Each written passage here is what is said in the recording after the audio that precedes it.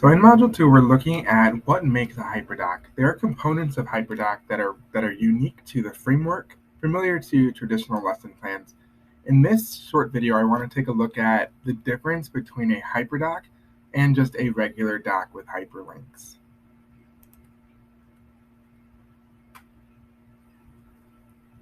So a traditional hyperdoc has the engage, explore, explain, apply bare bones structure of the hyperdoc framework. Oftentimes, they also have the share, reflect, and extend. Remember, you really need to have the skeleton, engage, explore, explain, apply in order for something to be really considered a hyperdoc. And then many hyperdocs also have those last three. So let's go ahead and just take a quick look at what a hyperdoc is and what it isn't.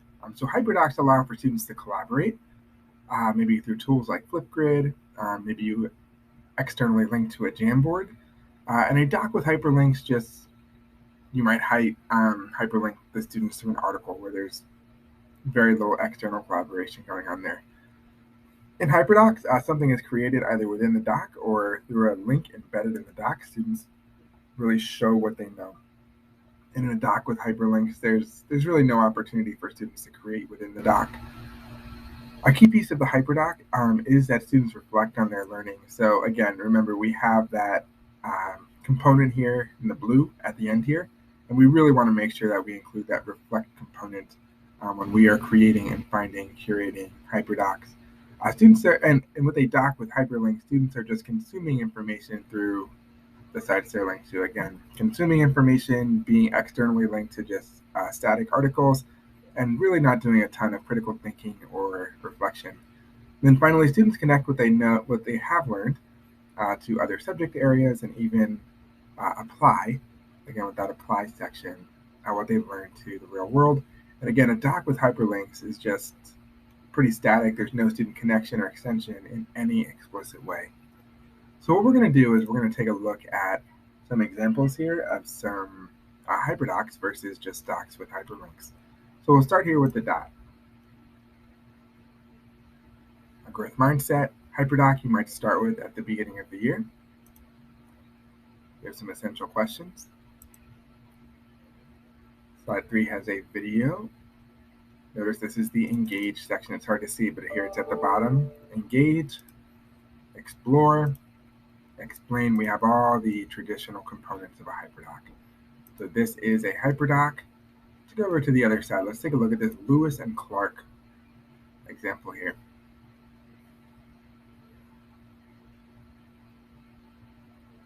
Oh, it looks beautiful. I'll give you that. Click through here. There's a watch, a read, watch, externally linked. It does give students the opportunity to explain their thinking. Go ahead and just scroll through here. There's a lot of watching, answering questions here.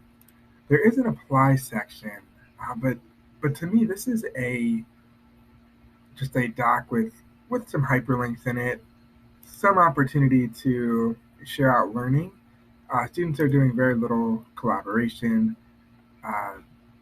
They do respond here at the end on the Padlet, but the traditional components of a hyperdoc are not really explicit here. So I did find this in a curated collection of hyperdocs, but I wouldn't really call this a hyperdoc because it doesn't have the traditional components. Let's go to this one, volcanoes. Again, it looks a little different.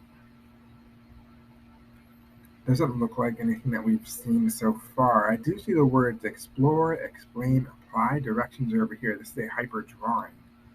Begin with the tree on the bottom left. Select the tree and navigate with each link. Okay.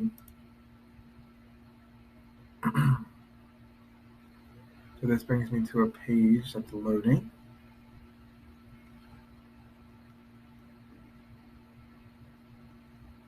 So this is where I'm doing a lot of exploring and explaining. This will bring me to a Quizlet for some practice. Then finally, I'm applying what I've learned during this process by jumping onto a Flipgrid.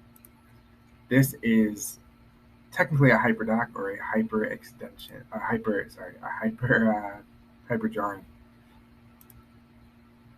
Very commonly, you'll find a lot of novel studies. A lot of really beautiful novel studies are lumped in with Hyperdoc resources.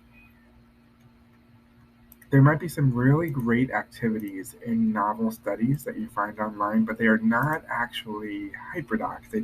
They lack the traditional framework, despite potentially some really great pedagogy happening, some interesting opportunities for collaboration, good instructional videos. This really just walks you through the different chapters of But Not Buddy and really doesn't have the engaging component. It doesn't have the explicit reflect opportunity for learners. Same thing for this Tuck Everlasting. Again, it just walks you through. Again, you may want to use this if you are, teaching one of these novels, but this is just a doc with hyperlinks. Now, finally, let's take a look at the Gold Rush resource links here. There's some fun colors. Gold Rush, Westward Expansion. We have some resources. Looks like we have some great text. I used to have some of these in my classroom. Scroll down, again, some more read aloud text. Looks like we're linking out. We have some, what was the Gold Rush? Great resources linked here.